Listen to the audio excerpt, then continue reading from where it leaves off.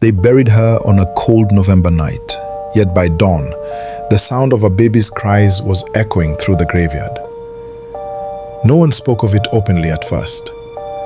The woman, Margaret Holloway, had been 7 months pregnant when she collapsed in a cottage in rural Yorkshire.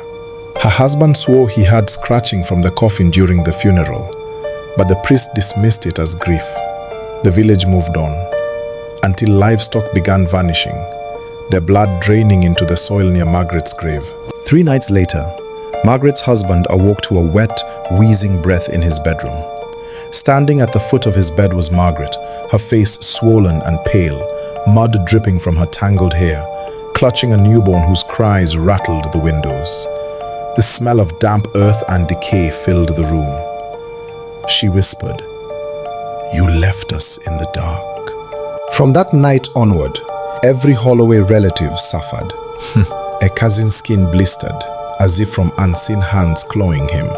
An aunt swore she saw the mud-stained infant crawling across her ceiling, eyes black and hollow. Neighbors whispered that Margaret's child wasn't born of life, but of the soil, that it carried the hunger of the grave. The villagers tried to burn her coffin, but when they dug into the grave, it was empty. Only long claw marks remained inside the wood, alongside tiny fingernail scratches where the baby should never have survived. The priest fled town that very night, leaving his collar behind on the church steps. Margaret was seen wandering the fields. La la la la la la la, lullabies in a guttural, broken voice.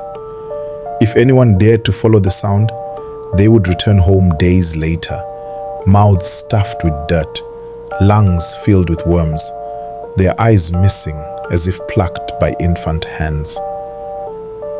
The Holloway farm itself became a place of terror, windows fogged from inside by unseen breath. The of the grave-born child echoing through the night. Families fled, leaving their homes to rot.